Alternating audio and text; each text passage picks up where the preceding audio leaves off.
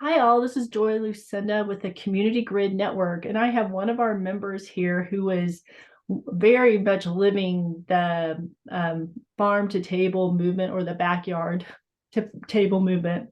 And that's something that's very important for us at the Grid right now.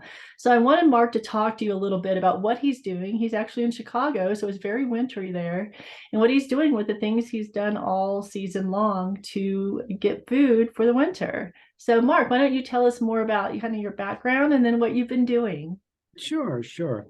My name is Mark Lyons, and I run a business called Green Thumb at Your Service, where I teach people how to grow more and better vegetables. I do it through one-on-one consulting. I also teach classes and give presentations on various topics involving vegetable gardening. I also teach classes and give presentations on how to make your own cheese and grow your own mushrooms. And as a side, I'm also a musician. I perform at folk festivals, farmers markets, children's parties, assisted living centers, any places where musical entertainment is wanted. That's where you'll find me. Now, I grow a lot of things during the spring and summer months, as I'm sure many in the community do. But in the winter, obviously, there's not a whole lot of gardening you can do. But I do try to preserve some things, some vegetables and things that I've grown in my home garden, just so I can have some stuff to go all through the winter. And one of the first things that I do is I I take the pickles, or the cucumbers rather, that I grow, and I pickle them. And here is a jar of my pickles. I've labeled them as Uncle Mark's old-fashioned Canadian dill pickles. And the reason I called them that is, number one, my niece and nephew are so enamored of my pickles that they call them Uncle Mark pickles. The recipe I got for the brine comes from the website of foodcanada.com. So that's why I call them Uncle Mark's old-fashioned Canadian dill pickles. So that's one of the things that I do. A couple of years ago, I started growing sugar beets just to see if I could extract my own sugar. And I'm sorry I don't have an actual beet to show you, but what I can show you is the results of one of the beets that I extracted the sugar out of. This is the molasses, or whatever you want to call it, the liquid that contains the sugar. And right now, some of it's still a little bit rubbery, but the rest of it is getting hard. And once it's all sufficiently hardened, what I'll do is I'll take it out of this pan and I'll just kind of crush it up. So it won't be, pure white cane sugar or even brown sugar. It'll be closer to brown sugar, actually. It'll be basically the molasses still with the sugar in it. I'll just crumble it up and I can use it like regular sugar. So, Mark, I've noticed in Whole Foods and places like that, there's the XOXO chocolate brand is using beet sugars or inulin from beet sugars. And so they call it sugar free. But how does it smell? I wish I had smell-o-vision right now. So, what does it smell like?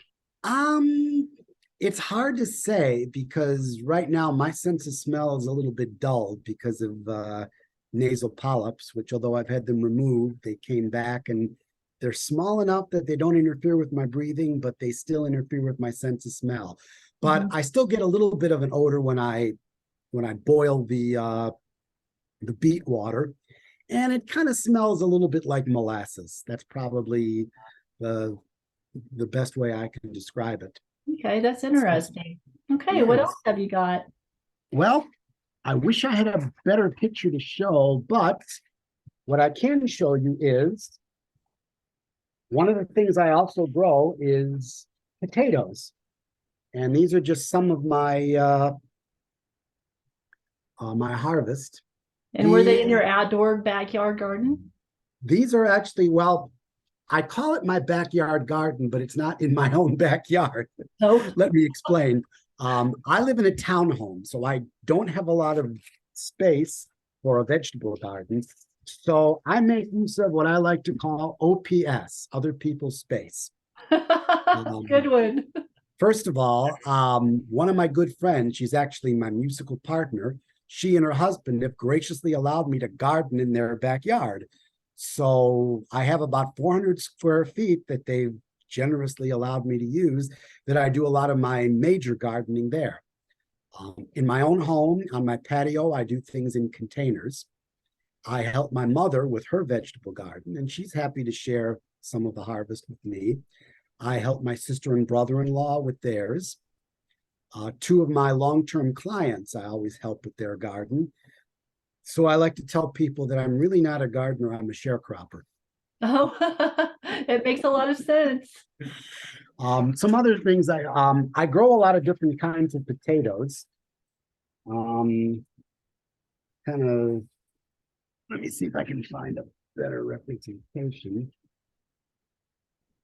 Some of them came out kind of puny. These, and unfortunately, I planted a bunch of different varieties and they all kind of got mixed together, so I forget what's what. But what I do with the potatoes is, well, one of the things I recently did is I used them to make a shepherd's pie. And it's a recipe that I got out of my Taste of Nova Scotia cookbook. Mm-hmm. And it makes a large amount, so it can feed me for about a week or two. I keep it refrigerated and just heat it up when I need it. Another thing that I do, let me just bring this up. Sure. Empty right now, but this is my sprouter.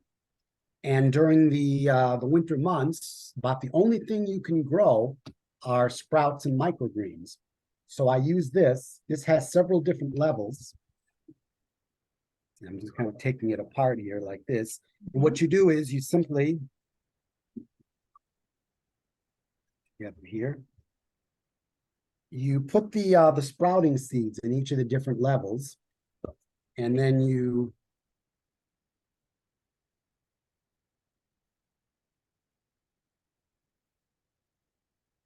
pardon me here. So then you water it from the top, and then the water goes through these holes here with the red filters, and then it starts from the top and it waters it all the way to the bottom, and the sprouting seeds grow inside here. What kind And of then at the sprouts do you bottom, grow? I'm sorry, what, Joy? What kind of sprouts do you grow? I grow mung bean sprouts, and I grow well, hold on, I'll tell you.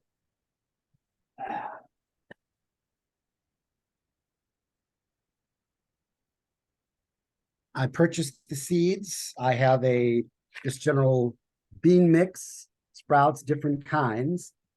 Let's see. It's got adzuki beans, mung beans, and lentils, Mm-hmm. I think, in there. I have some mung bean sprouts. I also have microgreens. I have a microgreen grower that I use. These are just some examples of one of the microgreens. Microgreens and sprouts are a little bit different.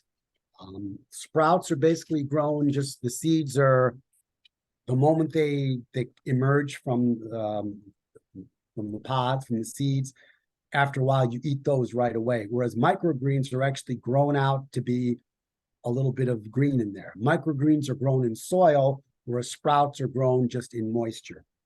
That's good to know. Yeah, so those are just some examples of some of the things that that I do. Now, one thing that this is a new project for me that I'm going to try, is winemaking. And believe it or not, you can make wine from your garden fruits and vegetables. There was a time many years ago when growing grapes was really considered a luxury, and even today, it's kind of not something that everybody can do. Joy, are you still? I think Yeah, I'm still here. Can you hear me? Yeah. Because I think my face is kind of frozen. I know, it's kind of weird. Oh, well, hopefully it'll still work. But anyway, as long as you can hear me, I can still talk and Yes, keep can see talking. my growth. There we go. I'm back. There, you're back. That was kind of It was grotesque. robot Mark. It was very pixely, sorry. So, but anyway, as I was saying, growing grapes many years ago was really a luxury. Not everybody could afford to have a vineyard. So if you wanted wine, tea, mead, cider, and other things, you had to make it from whatever was growing in your backyard. So I went to a presentation many years ago by an author who had written a book about making wines, teas, meads, ciders, juices, etc., from your garden fruits and vegetables. So I purchased all the equipment for making wine, and I'm going to start with a very simple apple wine made from an apple concentrate. But long term, I'd like to try things like making a tomato wine. Oh, I've never heard of that. That's interesting. Do you Me sweeten it up neither. or is it just the real deal? I'm sorry, say that again, Joy. Do you sweeten that up with like sugar or something, or is it just the way you ferment it? It's the way you ferment it. You would add yeast to it, just like you would if you were making wine with grapes. You would Mhm. add the Campton tablets to get the acidity right, and the sulfate to add body to the wine. I'm still new at all this, so I haven't made anything yet. Kind of like an Uh, urban moonshine. yeah, kind Maybe of in a you're way. making it from what you have, you know? And Exactly, I exactly. think that's something that maybe the millennials who are doing beer making might get into. Mhm. It's kind of doing those kinds of things. I'd like to have a separate call on that actually. And We can you could, we could, expand on the mushrooms? Because a lot yes, of people may not know you can really grow them in a closet or in your house or so how are yes. mushrooms doing? And tell us what you're doing. And then we'll kind of get to a conclusion so people can get your contact information. Sure, sure. Mushrooms can be grown from, you can grow them indoors in kits, or you can grow them outdoors in logs and beds. Most of my mushroom growing has been done in kits, and you can buy mushroom growing kits from a number of different places. I used to get them from um, Fungi Perfecti. Okay. I think they're in Utah. I forget now, but they stopped selling kits and they just sell just the individual spores and media and other things. So now I buy my mushroom kits from Field and Forest, and many of them are very simple to use. You can also buy mushroom kits from Home Depot. The Home Depot around Really? me Huh. sells small mushroom kits, and those are for oyster mushrooms, and those are very easy to grow. The instructions for the kit: you simply open it up, the perforations, cut slits in the plastic bag, and just keep watering it, and eventually it grows.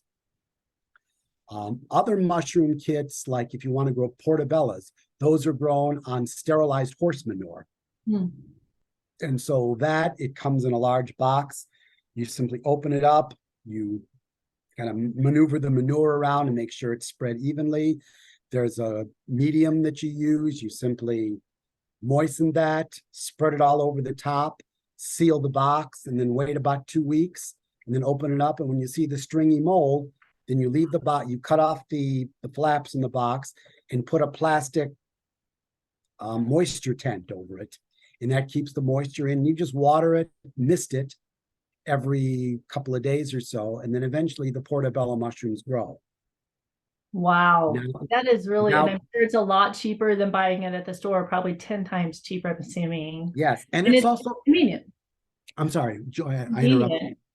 It's convenient and it's also fresher too, because mushrooms that have been sitting around in the store, after a while, they start to lose their flavor, their freshness, their vitamins.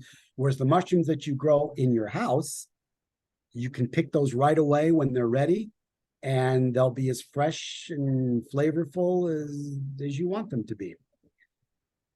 Now, some mushroom kits, if you wanted to grow, say, King Stropharia mushrooms, King Strophaerias are the giant wine cap mushrooms. You can grow those indoors in a kit, and then after the kit is spent, you can set up a mushroom bed out of doors with wood chips, and then use the spent kit to inoculate the wood chip bed, and you'll start getting more mushrooms from there. If you Wow. if you play your cards right, your mushroom bed should produce for a number of years. That's really inspiring. And it goes to show that, I mean, you said you don't even have your own garden in your yard, but you can make this work in the house and use the spoils, not spoiled, but the vegetables that you get to get you through the winter. So why don't you, what I'll do is in the contact information on YouTube and in other videos, I'll go ahead and put your contact information. But is there one final thing you want to share with us newbies who really want to grow our own food but haven't done it yet?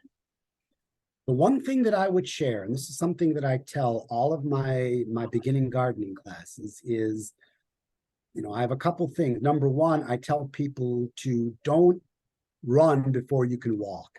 If you've never gardened before, don't try to have delusions of grandeur that you're going to turn your whole backyard into a mini farm and you're going to grow all different kinds of vegetables.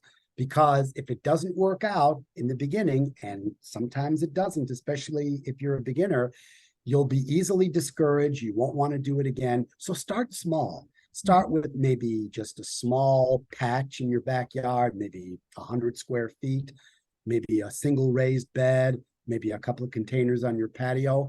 And then if those work out and you feel the confidence, then you can expand a little bit. If they don't work out, then you won't have spent a lot of money, you won't have wasted a lot of time, and you'll be more likely to want to try again.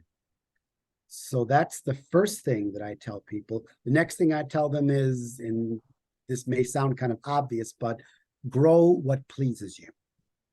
Grow the vegetables that you like to eat. Never mind that your idiot brother-in-law is telling you that kale is the new superfood. You should grow that. Or you should only grow heirloom tomatoes. Grow what you like to eat. If you don't like Brussels sprouts, then don't grow them. No, that's actually pretty. I think there's a psychology in that, because people, the minute you start something new, everybody seems to give you advice, right? So that makes a lot of sense what you're saying. Right. And you can certainly listen to good advice from gardening experts. You can read good books, but ultimately the choice has to be yours. Take all the information that you get, distill it, weed out what doesn't suit you, and then use that to start your own garden. And also start with some, if you're not sure of what you want to grow, start with some fairly easy vegetables. Lettuce and other greens tend to be fairly easy to grow. Tomatoes are not all that difficult. Those are some good things to start out with that will give you some good success. Radishes, beets, and other things. Well, what's surprising about growing maybe one thing that you haven't had before, because I worked on a regenerative farm in 2021, is that I never liked turnips. I thought they were disgusting and they just smell weird and stuff. But we grew like thousands of them. And it got to the point where I would eat them. And even though they still were a little turnipy, I noticed that I felt really better in my body eating them. So it's something that in your own garden, you may get to something that actually is more for your health and for your enjoyment even. So maybe that's something for people to consider as well. What's that one thing that your grandma always made that you never ate, but it's extraordinarily healthy? But anyway, well, thank you so much for your time today. You're welcome, Joy. Everyone out there, we're going to have Mark hopefully do some just mini kind of educational things and maybe giving some tips here and there.